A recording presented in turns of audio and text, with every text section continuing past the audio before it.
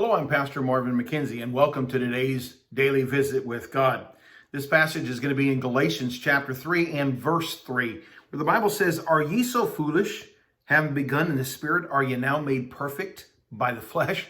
I always get amazed.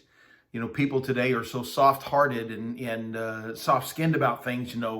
Preachers shouldn't shouldn't say anything that would be hurt feelings or anything like that. Well, I think the Apostle Paul's saying, "Are you so foolish?" It has a tendency to be able to hurt some feelings. But he says, "Are you so foolish, having begun in the Spirit, are you now made perfect by the flesh?"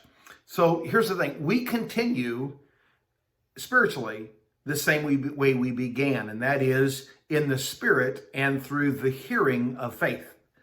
The issue in Galatia was the Jewish law. They began their Christian life, these believers in Galatia, began their Christian life in the Spirit by the hearing of faith.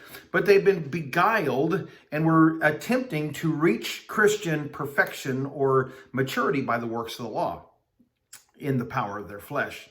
And Paul proclaimed in very logic fashion that we are perfected the same way we began, and that is in the Spirit and by the hearing of faith. Now, our issue today is not that much different. Well-meaning, at least I suppose, they are well-meaning people urge Christians to spiritual maturity by forcing upon them their own kind of brand of law. Dress a certain way, raise your children a certain way, behave a certain way, which is the way we tell you, and you'll be perfected.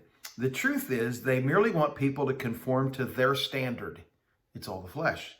Now, I believe in standards. I believe that Christians should grow into separation from this world, but we must not allow ourselves to make those standards the means of perfection, because perfection only comes as the Spirit ministers to the hearers of faith. Standard, separation, conformity to Christ, those are all byproducts of perfection and not the other way around.